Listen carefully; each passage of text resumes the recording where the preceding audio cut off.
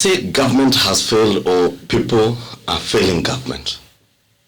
It is not government that is failing. It is people who are failing government. Explain. And that is why I was saying, for me, if I were the president today, my principal focus would be on the economy, and only the economy. However, whatever 1,000 kilometers of roads you build, and there is no shilling in the pocket for Kenyans, it's useless. They will still say you did nothing. However many SGRs you build, airports and whatever you do, and that doesn't trickle down to the people's pocket, the economy, they will not feel it. Why is Kivutha Kibwana saying that he wants to run for president and says, I will do better than Mwai Kibaki? Is Kivutha Kibwana telling us that there was no Uhuru Kenyatta? You said that, I didn't say. I was asking, what is Kivutha saying? Why are we talking about Mwai Kibaki? It's because Mwai Kibaki took over an economy that had been run down by Nyayo. At almost negative economic growth in terms of GDP growth. He brought it up very well up to 2005 referendum. There were issues with the referendum and the subsequent elections in 2007. After the post-election violence of 2007-2008, this economy moved, I think, to about 1% of GDP growth per annum. What did Mwai Kibaki do? Because it was another pandemic with post-election violence. Mwai Kibaki shut his eyes and ears to your politics. And we got angry with Mwai Kibaki. Correct. When people are complaining about carpets and toilets, he doesn't hear, he doesn't see. He is focused on delivering and recovery of the economy. That is what President Uhuru Kenyatta ought to do today. President Uhuru Kenyatta should not be bothered by what Kimani Ichung'wah says, what Oscar Sudi says, what Raila Odinga says, what anybody says. President Uhuru Kenyatta should be focused and bothered by one thing.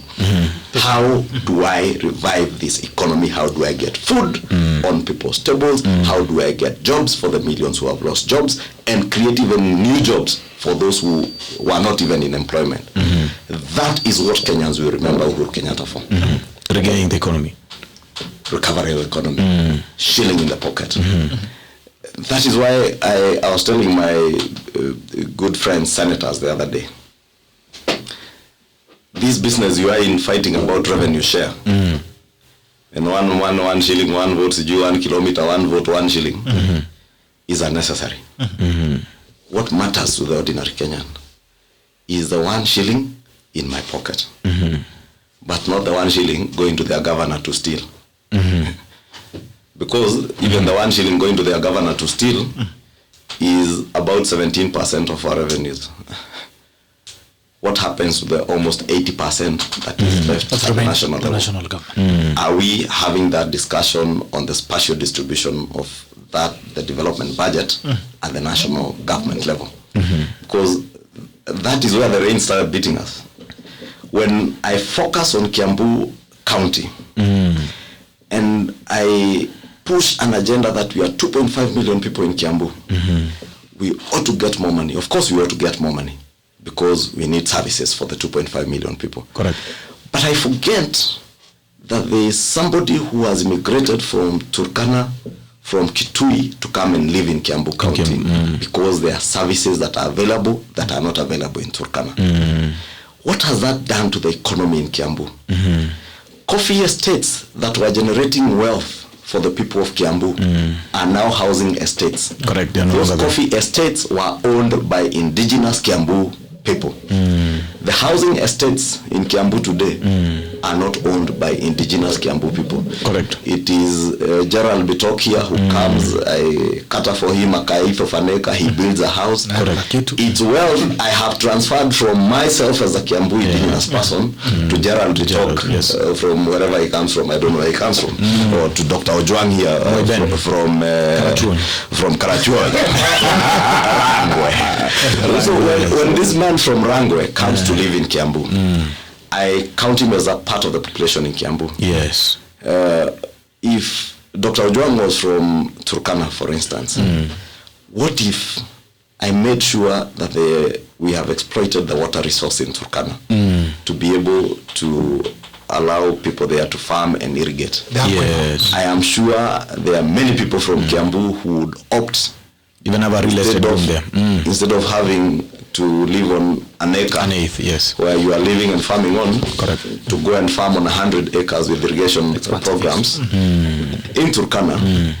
If I had also built a super highway going there, an economic corridor, I can drive from Turkana to Nairobi maybe in about 5 hours, or I can fly from Wilson or JKIS to Lodwar or Kichogio in about an hour. And you bring in Sukuma from Lodwar. Bring in Sukuma to Kiambu, yes, to Nairobi.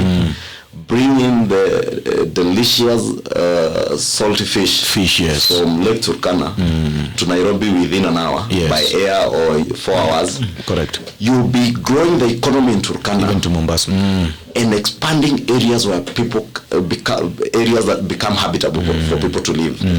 You will have oil exploited in Turkana, and you no longer say that Turkana is about camels and desert.